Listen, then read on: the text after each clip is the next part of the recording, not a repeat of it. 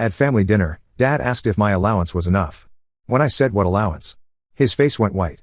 Turns out Mom had been hiding the $2,000 monthly he'd been setting aside for me, sending it instead to my golden child sister for luxury shopping in Paris while I worked until I collapsed from exhaustion. I'm Logan. I'm 19 years old and just started studying medicine in New York City. Originally from Texas, my parents live in Dallas where my dad works as a surgeon at a university hospital, and my mom takes care of our home. After finishing high school, I moved to New York 4 months ago to live on my own. I worked hard and got into medical school in July, inspired by my dad, but I haven't been able to enjoy typical college life. I wanted to make friends, join clubs, and have fun, but money has been tight. My parents pay my tuition, but I have to handle all my other expenses. Apart from classes, I've taken on jobs like tutoring, event staffing, and working at a bar. Even with these jobs, it's been hard to make ends meet each month with rent and living costs. I often switch between jobs to fit my schedule and work mostly on weekends. It's been tough both mentally and physically. I get tired in class, and when I come home late, I struggle to find the energy to study. I'm worried I might have to repeat the year because I'm falling behind in my classes. If things keep going like this, I won't be able to focus on my studies, which are supposed to be my main priority. I felt anxious and desperate, so I called my mom to ask for some financial help even if it was just a little. My dad is rarely home because of his busy job, so my mom handles the finances. Even though my dad earns a good income, my mom said they didn't have extra money and that paying for my tuition was already hard, so they couldn't send me any more money. With that answer, I felt stuck. Most of my friends who live on their own get financial help from their parents, and I envy them. But I decided to keep working hard at my jobs. When I think about it, growing up, things were always different between me and my sister, Olivia. She's 21 now, studying fashion design at a prestigious school in Paris. While I was always expected to work hard and earn my achievements, things seemed to come easily to Olivia.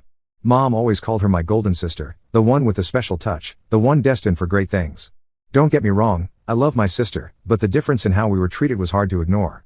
I remember when we were younger, around 10 and 12, I brought home straight A's on my report card. Mom glanced at it and said, "That's what we expect from you, Logan." The same day, Olivia brought home mostly B's with a couple of C's, and Mom threw her a small celebration, praising her artistic mind and saying academics just weren't her thing. Dad seemed uncomfortable with the disparity but never said much about it. When midterm exams came, I hadn't studied enough, and as expected, I had to take retests. I managed to finish the retests in August and then started my summer vacation. I plan to work as many jobs as I can during the long break to earn as much money as possible. After the summer break, I plan to focus more on my studies, so I'm going to reduce my work shifts. This means I need to save even more money, so I'll cut back on my living expenses. For meals, I'll save by eating instant noodles, bread, and discounted prepackaged meals. Whenever I need to go somewhere, I'll use my bike to avoid transportation costs. I grew up in a well-off family, so I never had to worry about money before. I never expected to live in such poverty after moving. It was a very busy time, but I kept in touch with a college friend through text messages. I occasionally checked my sister's Instagram as well. Her feed was full of pictures from trendy Paris cafes, fashion shows, and weekend trips to places like Monaco and Milan. Each photo seemed to feature some new designer outfit or accessory. I tried not to feel bitter, but it was hard seeing her living so lavishly while I was counting pennies for ramen noodles. One post particularly stung. It showed Olivia at a rooftop party overlooking the Eiffel Tower, wearing what she tagged as a new Dior dress. The caption read, "Mom always knows exactly what I need. #blessed #fashion life #Paris." I stared at that post for a long time, wondering how my parents could afford to send her designer clothes while telling me they had no money to spare. Seeing their fun photos made me sad, realizing how different life could be for students at the same university. My friends often invited me out, but I had to decline because I didn't have the money or time. "I'll drive. Let's go somewhere that doesn't cost anything," one of my classmates messaged me. "Nah. I'm working every day plus. I'm heading back home for the holiday season so I won't be around," I replied. "Are you sure you're okay? You always seem tired at school and I think you're working too much," my friend expressed concern. "I've got the physical stamina, and I need to earn my living expenses. Let's meet up once school starts again," I responded. With that, I headed to the bar where I work. But shortly after, something happened. I collapsed during my shift. It was a busy Friday with lots of customers and orders, and while I was carrying drinks, I felt dizzy. The room started spinning, and the tray of cocktails I was carrying suddenly felt impossibly heavy. The last thing I remember is trying to reach for the edge of the bar to steady myself. I don't remember much after that, and when I woke up, I was in a hospital. The doctor told me I collapsed due to exhaustion and malnutrition. I received 4 fluids and was allowed to go home the same day. I immediately called my boss at the bar to apologize. My boss told me that after I collapsed, he called my name, but I was too out of it to respond, so he called an ambulance right away. He had also contacted my parents. "You've been taking a lot of shifts and I relied too much on that. Sorry about that. I want you to rest easy for the rest of the month," my boss said. That meant a cut in my income. Riding the subway home from the hospital, I wondered if I should take on more tutoring jobs. I felt lost. I was supposed to work at the bar the next day, but now I had the day off. I decided to stay in bed and rest. Checking my phone, I saw a message from my friend that I had missed while I was unconscious. I replied and explained why I hadn't answered earlier. After learning about my situation, my friend decided to come over. He bought groceries and made spaghetti for me. While eating the meal he had kindly prepared, we talked about the costs of living alone. When I mentioned that I wasn't receiving any financial support from home, my friend was surprised. "That's why you've been working so hard. Your dad's a doctor. You should be getting some help." I asked Mom, and she said they're barely managing with just my tuition. "Really? But you're not an only child, right? You have a sister in Paris? How is she affording to study abroad if money is so tight?" I paused, considering this for the first time. I don't know. Mom always handled Olivia's expenses separately. Said she had a special arrangement for her. No way. That doesn't make sense. I hate to say this, but maybe there's something going on that you don't know about, my friend suggested. I started thinking it over. My dad is a doctor and used to drive a luxury car. Our house is in an upscale neighborhood, and I went to private schools my whole life, so why would Mom suddenly say they have no money for me when Olivia seems to be living like a princess in Paris? Something didn't add up. I remembered a conversation I overheard years ago between my parents. Dad had asked Mom why my summer camp was cancelled while Olivia was being sent to an expensive art program in Europe. Mom had said something about investing in Olivia's future and that I was more practical and wouldn't mind staying home. Dad had seemed frustrated but eventually gave in, as he usually did when it came to Mom's decisions about us kids. I became worried. I immediately messaged my mom. "Are you both okay?" She replied after a while, "We're fine," but I couldn't relax. That night, curiosity got the better of me. I called Olivia directly, something I rarely did since we weren't particularly close.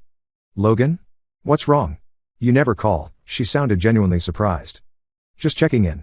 How's Paris treating you?" "Amazing as always. Mom just sent me the cutest Chanel bag for my birthday next month. She's always so thoughtful with her gifts." My stomach dropped. "Oh, that's nice. Hey, I was wondering. How are you managing financially over there? Paris must be expensive." "Oh, I don't worry about that stuff. Mom transfers me about $3,000 a month for expenses, plus extra whenever I need something special. You know how she is with me." I felt like I'd been punched. $3,000 a month, when I was told there wasn't a single dollar to spare for me. I ended the call quickly, making an excuse about needing to study. I thought maybe they were just saying they had no money to keep me from worrying or to teach me some kind of lesson about independence. Since I had planned to go home for the holidays, I decided I would talk to my parents about this in person. After thanking my friend, he said, "I'll be waiting for some souvenirs." I felt grateful to have such a friend. The holiday season came, and I took the cheapest flight I could find back home. I could only stay for one night and a day because of my job, but I was looking forward to it. When I arrived, my parents greeted me at the door. My dad seemed surprised when he saw me. "You've lost a lot of weight, really," he remarked. I hadn't noticed myself, but apparently I looked quite different. My mom was also taken aback and fell silent. For lunch, my mom had prepared salad, soup, and chicken wings. For the first time in a long while, the three of us sat down to eat together. As soon as we sat down, my dad looked worried and asked, "You look thinner. Are you eating properly?" I told him the truth. "Not really. It's been a while since I had such a luxurious meal." "What do you usually eat?" my dad inquired.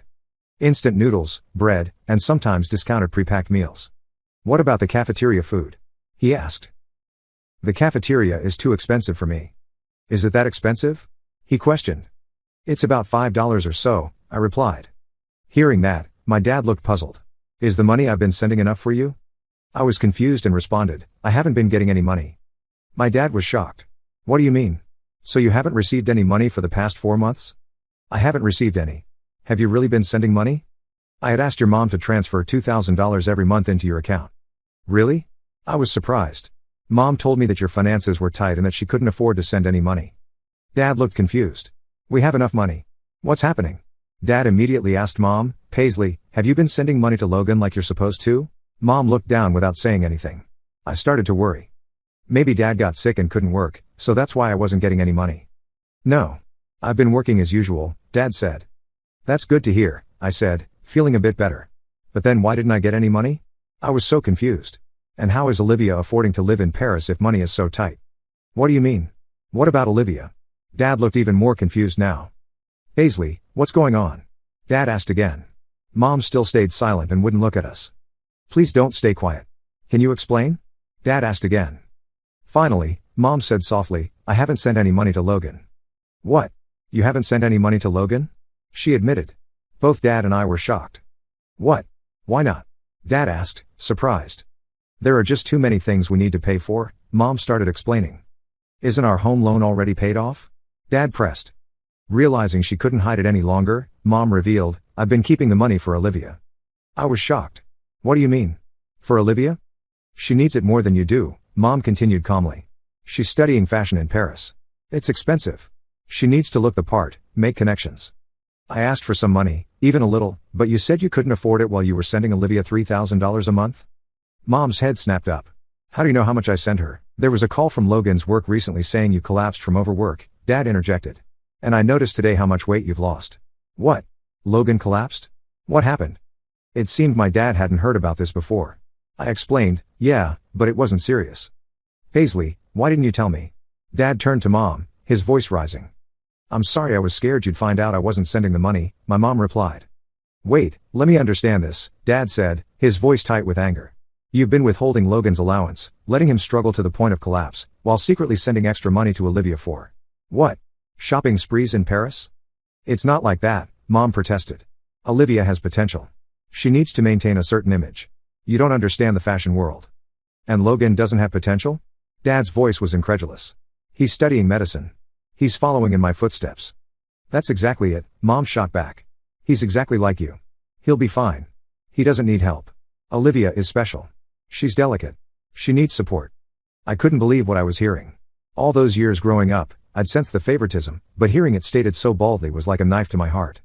How much have you been giving her? Dad asked, his voice dangerously quiet. Mom hesitated. $3,000 a month for living expenses. And maybe a little extra sometimes. How much extra? Dad pressed. I don't know. Maybe another $2,000 or $3,000 some months? For networking events, proper clothes, accessories. Dad's face had gone pale. So you've been diverting $5,000 or $6,000 a month to Olivia, while Logan has been starving himself and working to the point of collapse? When you put it that way, it sounds bad, Mom said defensively. But Olivia is building her career. She needs these things. And what has she been buying with all this money? Dad asked. Just things she needs, Mom replied vaguely. Like the Chanel bag you just bought her for her birthday next month? I added quietly. Mom looked at me with shock. How did you? I called her. She told me everything. How you always make sure she has what she needs, how you send her extra whenever she wants something special.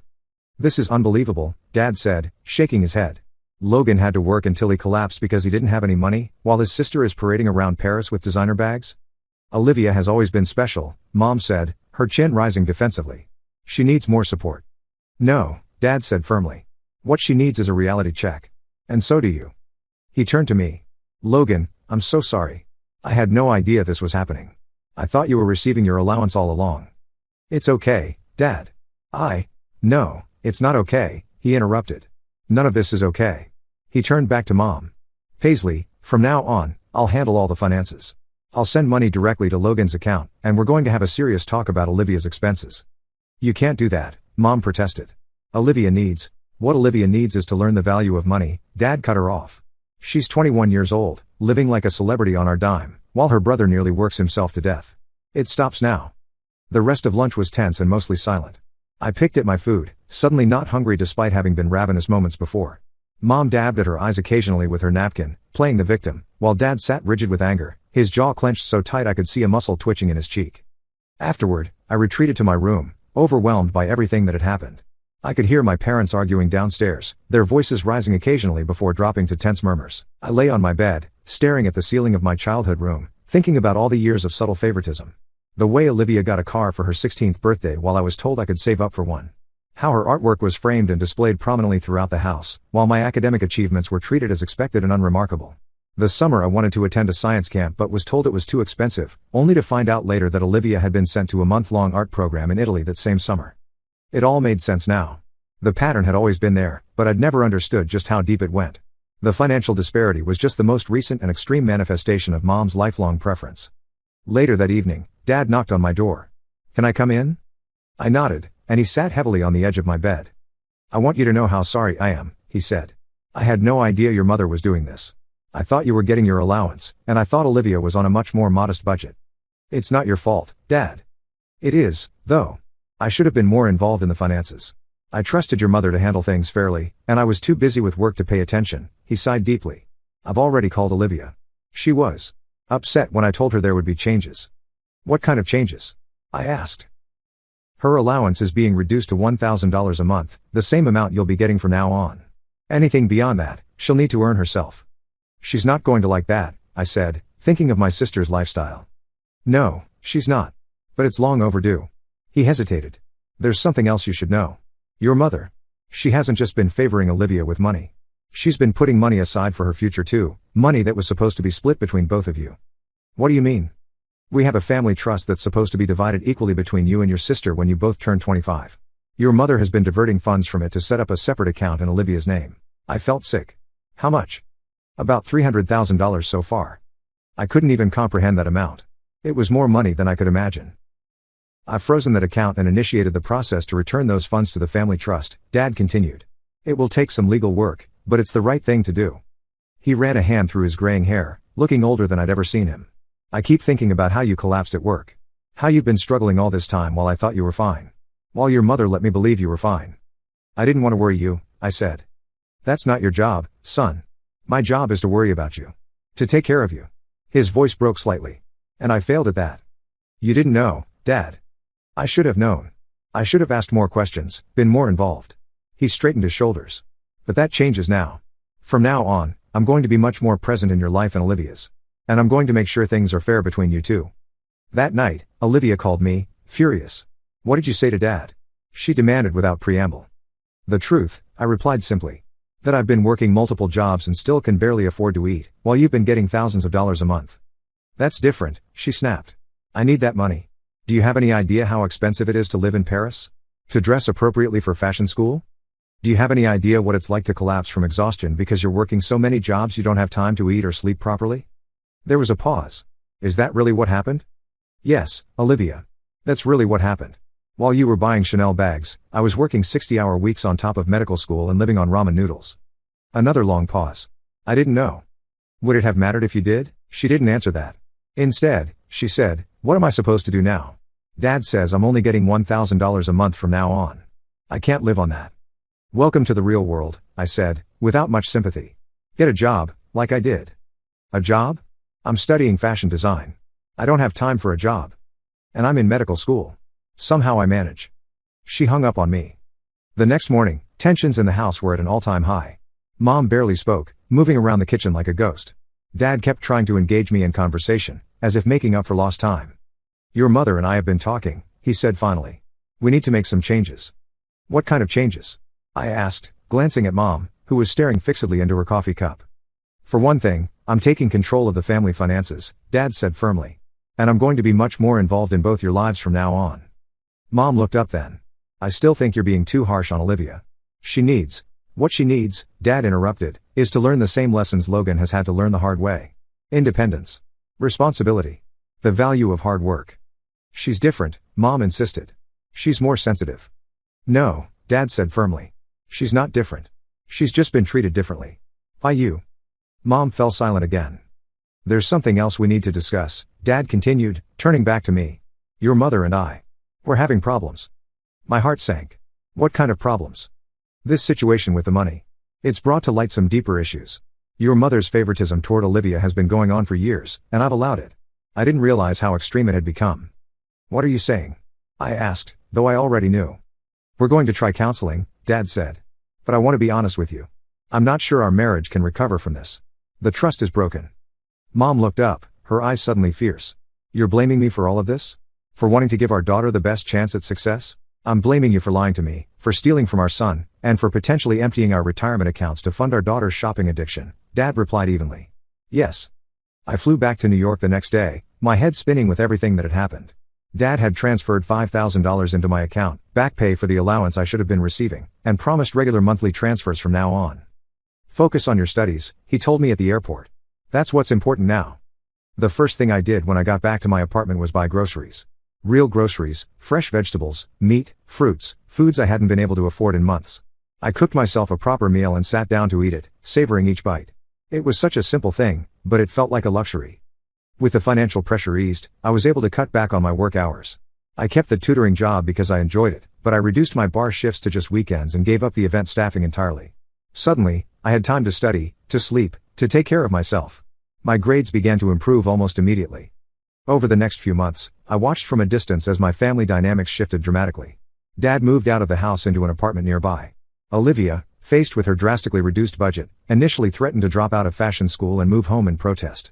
But when neither parent budged, she surprisingly rose to the challenge. She found a part-time job at a small boutique in Paris and started living within her means. "It's actually not that bad," she admitted to me during one of our now regular calls. "My boss is teaching me a lot about the business side of fashion. And I kind of like earning my own money." Mom struggled the most with the changes. She resisted the financial restrictions Dad had put in place and continued to try to send Olivia extra money in secret. When Dad discovered this, it was the final straw. He filed for divorce. The proceedings were messy. Mom fought the divorce and tried to claim half of Dad's assets and future income.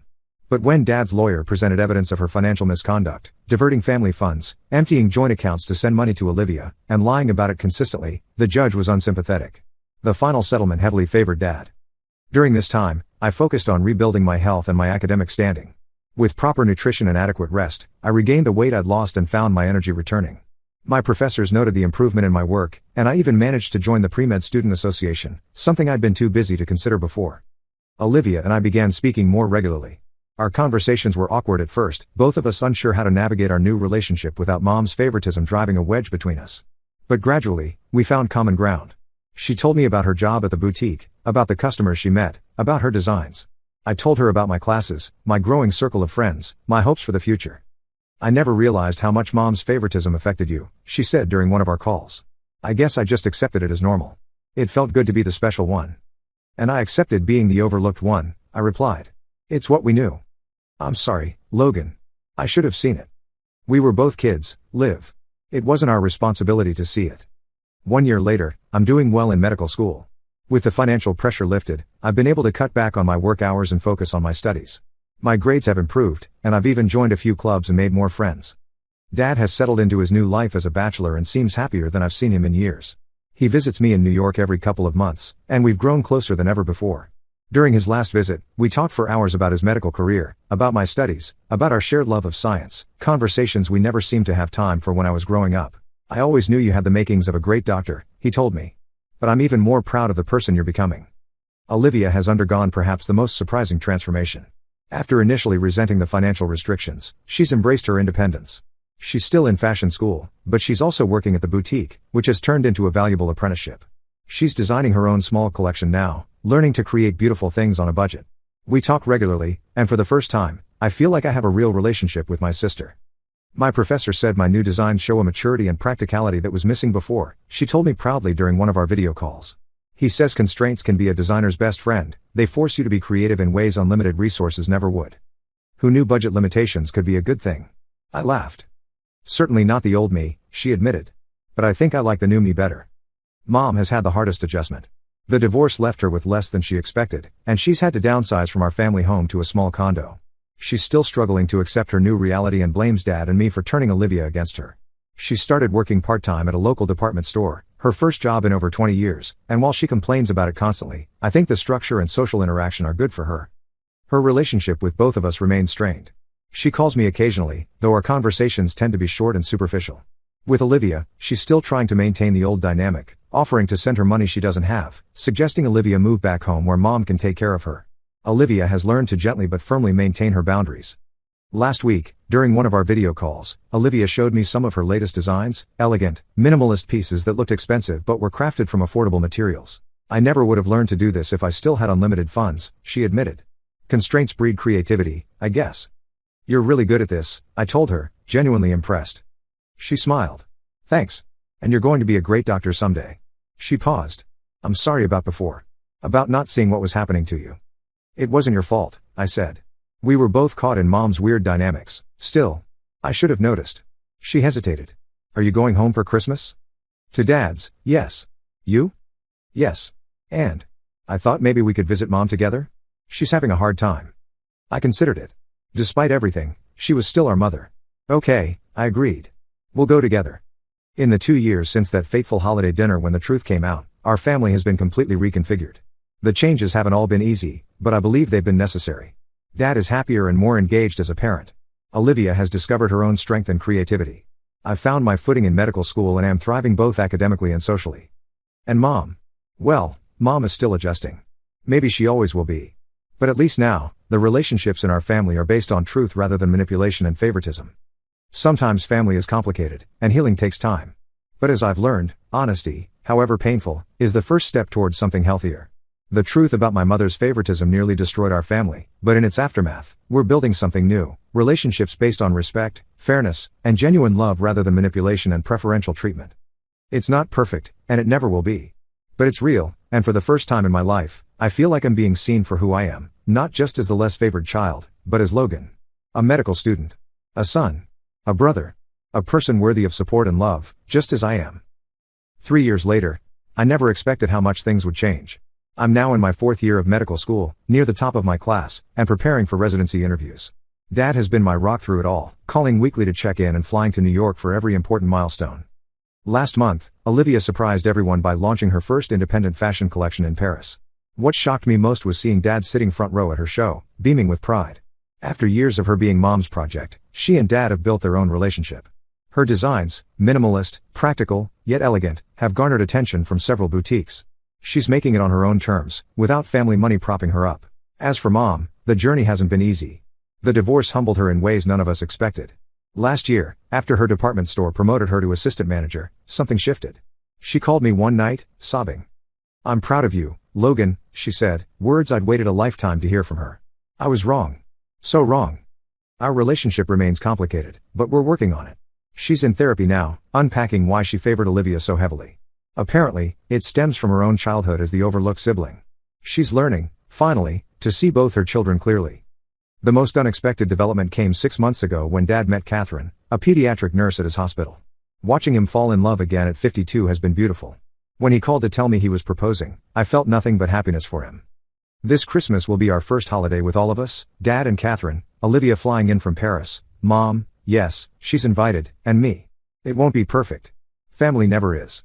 But it will be honest. The collapse that started it all? I think about it sometimes. How something so painful became the catalyst for healing our family's deep wounds. I wouldn't wish that experience on anyone, but I can't regret where it led us. Sometimes it takes falling apart completely before you can rebuild something true.